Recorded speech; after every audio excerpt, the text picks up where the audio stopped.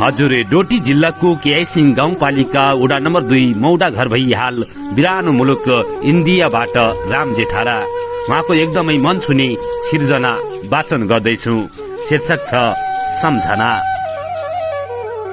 परदेशैमा बसी बसी मनै भारी भइयो, आफ्नै गाउँको सम्झनामा आँसु झरी भइयो, आफ्नै गाउँको सम्झनामा आँसु झरी भइगयो।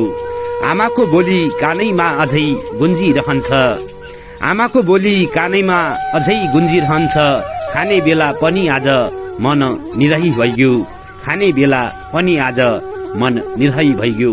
परदेशैमा बसी बसी मनै भारी भइगयो। माटोको सुवास खोज्दा सासै अड्किन्छ, माटोको सुवास खोज्दा सासै अड्किन्छ। शहरको चमक धमक बेसवारी भइगयो, परदेशमा बसी बसी मनै भारी भइगयो।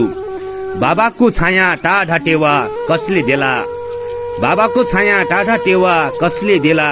जिन्दगीको बाटो आज अलमल भारी भइगयो, परदेशैमा बसी बसी मनै भारी भइगयो।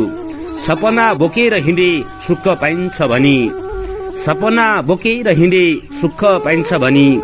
सपना नै बोझ बने जिन्दगानी भारी भइगयो, सपना नै बोझ बने जिन्दगानी भारी भइगयो। डोटेली माटो छाडी कसरी बाँचु म, डोटेली माटो छाडी कसरी बाँचु म। हृदय भित्र गाउँनै सरगम सरी भइगयो, परदेशैमा बसी बसी मनै भारी भइगयो। कठी कठा हस्त